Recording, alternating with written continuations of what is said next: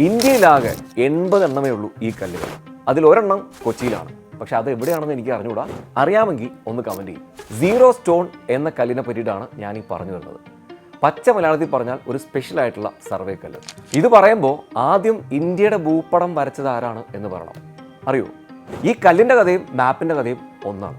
മുൻപ് പലരും ഇന്ത്യയെ അളക്കാൻ ശ്രമിച്ചിട്ടുണ്ടെങ്കിലും 1802 ട്രിഗ്നോമെട്രിക്കൽ സർവേ എന്ന വമ്പൻ സർവേ വഴി ടിപ്പുവിനെ തോൽപ്പിച്ച ലഫ്റ്റനന്റ് കേണൽ വില്യം ലാംപ്ടൺ ആണ് ഇന്ത്യയെ അളക്കാൻ തുടങ്ങിയത്. അദ്ദേഹം ഉപയോഗിച്ച മെത്തേഡ് എന്ന് പറയുന്നത് സിമ്പിൾ ട്രയാങ്കിൾ മെത്തേഡാണ്. പക്ഷേ ഈ മെത്തേഡ് ഉപയോഗിച്ചിട്ട് അളന്നിട്ടും തീർന്നില്ല. പിന്നീട് ജോർജ് എവറസ്റ്റ് ഇത് ഏറ്റെടുക്കുന്നു.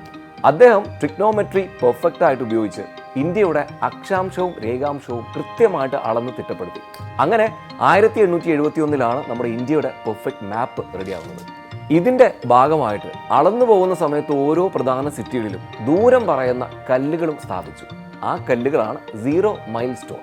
ഇത് ബാംഗ്ലൂർ, ഹൈദരാബാദ്, കൊച്ചി, മുംബൈ, കൊൽക്കത്ത അങ്ങനെ പ്രധാന സിറ്റികളിലെല്ലാമായിട്ട് 80 എണ്ണമാണ് ഇന്ത്യയിൽ ആകെയുള്ളത്. ഇന്നും നമുക്കത് പല സ്ഥലങ്ങളിലും സ്ട്രോങ് ആയിട്ട് നിൽക്കുന്നത് കാണാൻ സാധിക്കും. പക്ഷേ കൊച്ചിയിൽ ഇതെവിടെയാണെന്ന് സത്യത്തിൽ ഞാൻ നോക്കിയിട്ട് എനിക്ക് കിട്ടിയില്ല. അറിയാവുന്ന ആളുകളുണ്ടെങ്കിൽ ഒന്ന് കമൻറ്റ് ചെയ്യും.